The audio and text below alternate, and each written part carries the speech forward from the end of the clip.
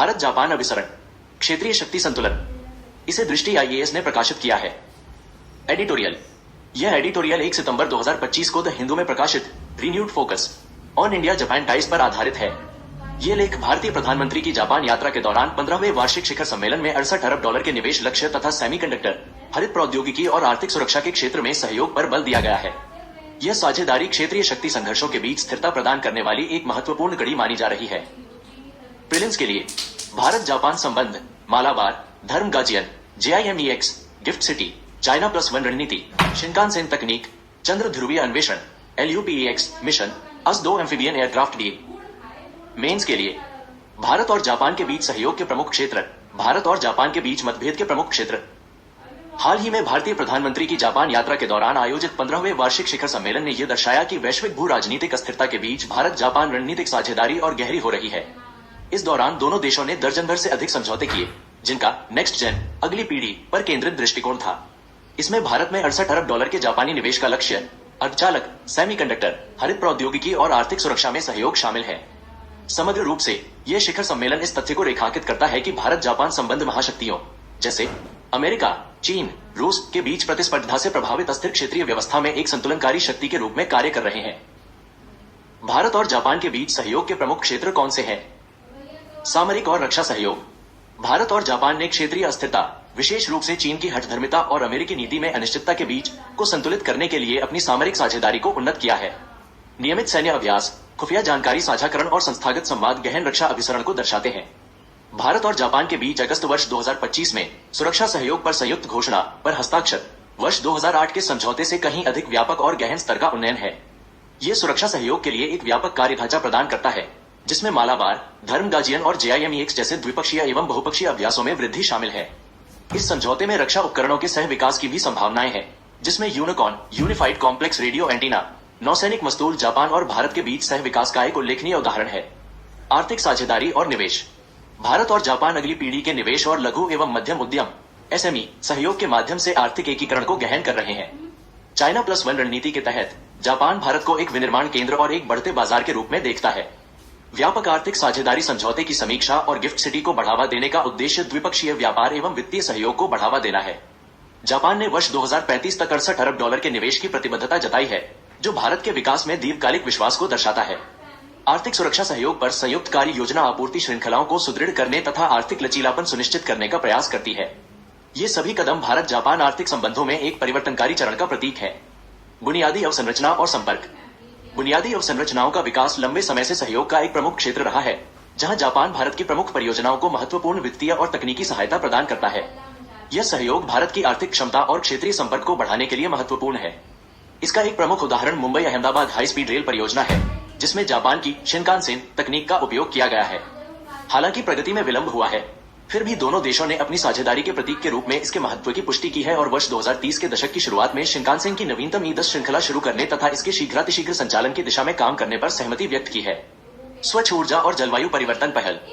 दोनों देश हरित परिवर्तन के लिए प्रतिबद्ध हैं तथा अपने अपने शुद्ध शून्य लक्ष्यों को प्राप्त करने के लिए स्वच्छ ऊर्जा एवं जलवायु परिवर्तन संबंधी विभिन्न पहलों पर सहयोग कर रहे हैं।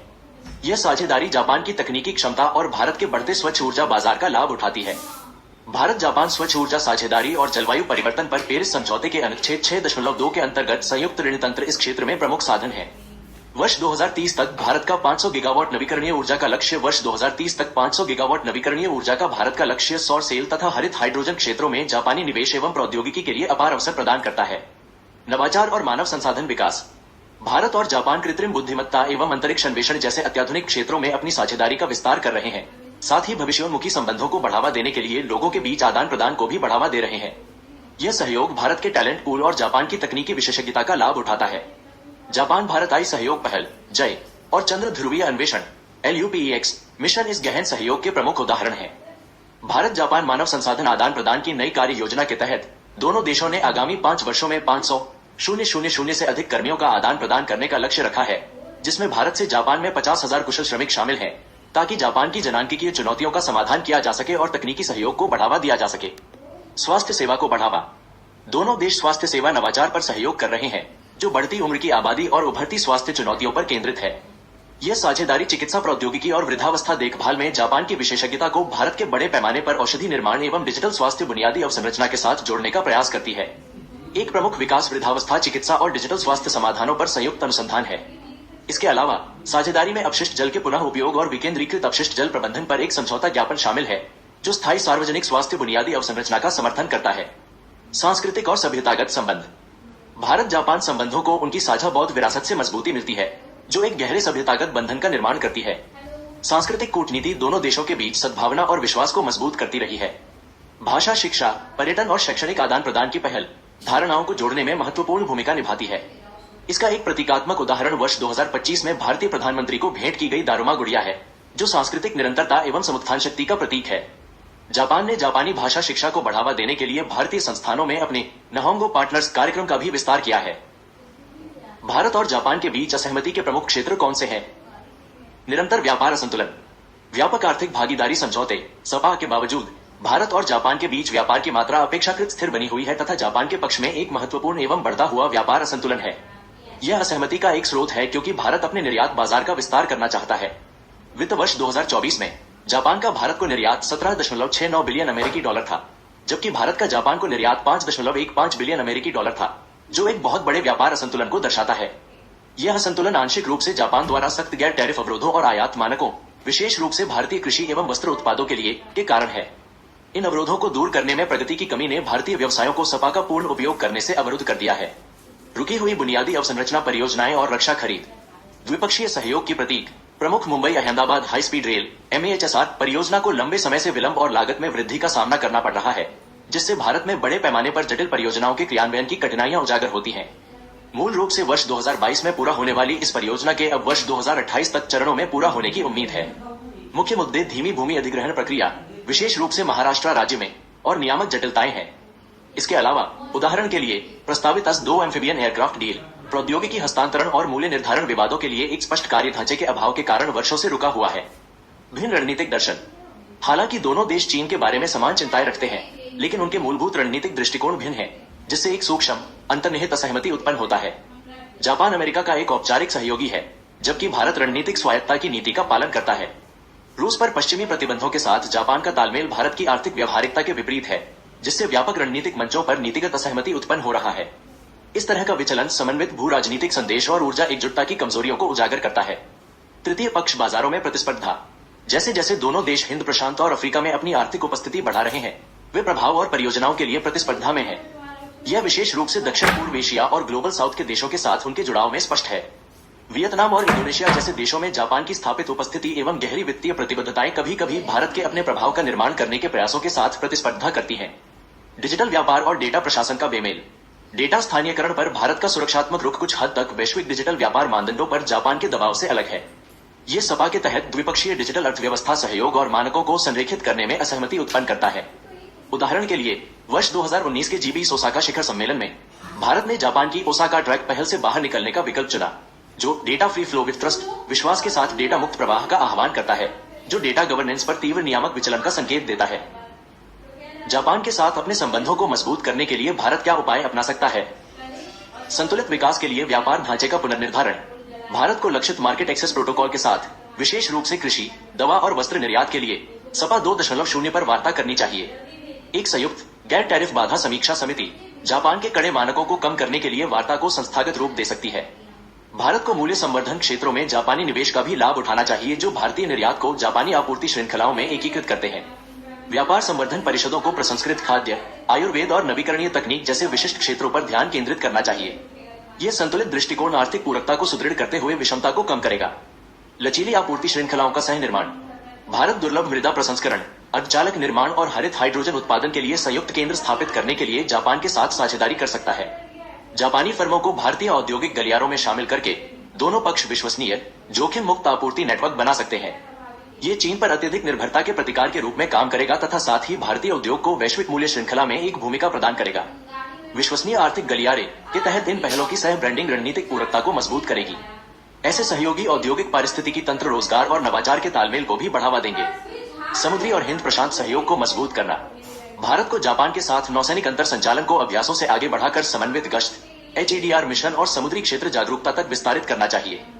निगरानी में जापान की तकनीकी दक्षता और भारत के रणनीतिक भूगोल का लाभ उठाकर एक मजबूत हिंद प्रशांत सुरक्षा ढांचा बनाया जा सकता है।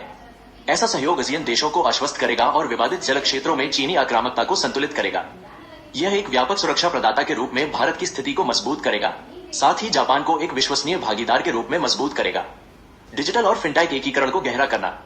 भारत को जापान में अपने ओपी मॉडल और डिजिटल सार्वजनिक बुनियादी अवसंरचना को अपनाने में तीव्रता लानी चाहिए। साथ ही अगली पीढ़ी के फिनटेक प्लेटफॉर्म का संयुक्त रूप से विकास करना चाहिए। साइबर सुरक्षा और हार्डवेयर में जापान की सटीकता के साथ भारत के डिजिटल पैमाने को जोड़कर दोनों देश डिजिटल गवर्नेंस में वैश्विक मानकों का नेतृत्व कर सकते हैं। एक द्विपक्षीय डिजिटल साझेदारी चार्टर डेटा फ्लो, आई एथिक्स और फिनटेक विनियमों को समन्वित कर सकता है। यह साझेदारी को केवल लेन देन की बजाय भविष्योन्मुखी बनाएगा। यह पूरे एशिया के लिए व्यापक रूप से अनुकरण योग्य एक सॉफ्ट पावर ब्रिज के रूप में भी काम करेगा। लोगों से लोगों के बीच संपर्क बढ़ाना। भारत कुशल पेशेवरों, छात्रों और सांस्कृतिक आदान प्रदान के लिए जापान में संरचित गतिशीलता मार्गों का विस्तार कर सकता है। भारत जापान सांस्कृतिक केंद्र, भाषा संस्थान और नवाचार फेलोशिप स्थापित करने से सामाजिक सांस्कृतिक बाधाएं दूर होंगी। मजबूत श्रम गतिशीलता समझौते जापान की जनांकिकीय की आवश्यकताओं को पूरा कर सकते हैं और साथ ही भारतीय युवाओं के लिए अवसर भी खोल सकते हैं। ऐसी जन केंद्रित कूटनीति शासन कला से परे स्थायी सामाजिक सद्भावना को बढ़ावा देती है। इस प्रकार मानवीय संपर्क दीर्घकालिक रणनीतिक विश्वास का आधार बन जाएगा। सतत विकास कूटनीति को बढ़ावा देना। भारत को जलवायु अनुकूल बुनियादी अवसंरचना, संधारणीय शहरीकरण और हरित वित्त पर जापान के साथ तालमेल बिठाना चाहिए। स्मार्ट शहरों, नवीकरणीय ग्रिड और जल प्रबंधन में संयुक्त परियोजनाएं दोनों देशों को एशिया में स्थिरता के क्षेत्र में अग्रणी बना सकती हैं। द्विपक्षीय निवेश में ESG सिद्धांतों को शामिल करने से वैश्विक पूंजी और विश्वसनीयता आकर्षित होगी। इससे साझेदारी द्विपक्षीय सहयोग से बढ़कर क्षेत्रीय मानदंड निर्धारण तक पहुंच जाएगी। इसे हरित रणनीतिक अभिसरण के रूप में परिभाषित करने से यह वैश्विक जलवायु आख्यानों में कूटनीतिक रूप से स्थापित हो सकता है। बहुपक्षीय तालमेल मंचों का लाभ उठाना। भारत वैश्विक शासन पर जापान के साथ तालमेल बिठाने के लिए क्वाड, स्को और G20 जैसे मंचों का पूरक क्षेत्रों के रूप में उपयोग कर सकता है। विभाजन करने के बजाय भारत को जहां तक संभव हो कूटनीतिक एकजुटता को सुदृढ़ करने के लिए अपनी स्थिति में समन्वय स्थापित करना चाहिए। विश्व व्यापार संगठन WTO और संयुक्त राष्ट्र सुरक्षा परिषद UNSC जैसे बहुपक्षीय संस्थानों के सुधारों का सह समर्थन संयुक्त नेतृत्व का संकेत होगा। यह बहुपक्षीय तालमेल मतभेदों को कम करेगा और दोनों देशों की सामूहिक आवाज को सशक्त करेगा। ऐसी कूटनीति वैश्विक मंच पर साझेदारी की ताकत को प्रदर्शित करती है। रक्षा औद्योगिक सह उत्पादन का विस्तार। भारत को जापान के साथ रक्षा प्लेटफॉर्मों की खरीद से हटकर सह डिजाइन और सह निर्माण की ओर रुख करना चाहिए। UAV, नौसैनिक प्रणालियों और उन्नत इलेक्ट्रॉनिक्स का संयुक्त रूप से विकास करके दोनों देश रणनीतिक स्वायत्ता को बढ़ावा दे सकते हैं। इससे पश्चिमी आपूर्तिकर्ताओं पर निर्भरता कम होगी और संवेदनशील क्षेत्रों में विश्वास बढ़ेगा। निष्कर्ष। भारत जापान संबंध आज साझा मूल्यों, आर्थिक परस्परता और इंडो पैसिफिक क्षेत्र की बदलती परिस्थितियों को लेकर समान चिंताओं पर आधारित रणनीतिक सहयोग का उदाहरण है। जैसे भारत एक वैश्विक विकास इंजन के रूप में उभर रहा है और जापान एक सक्रिय साझेदार की भूमिका को फिर से परिभाषित कर रहा है, वैसे ही दोनों देशों की साझेदारी क्षेत्रीय स्थिरता एवं वैश्विक शासन को आकार देने में महत्वपूर्ण होगी। इसी भाव को व्यक्त करते हुए भारत के विदेश मंत्री S. जयशंकर ने जापान को भारत के विकास, रूपांतरण और इंडो पैसिफिक में शांति, समृद्धि एवं स्थिरता की सामूहिक खोज का स्वाभाविक साझेदार बताया है।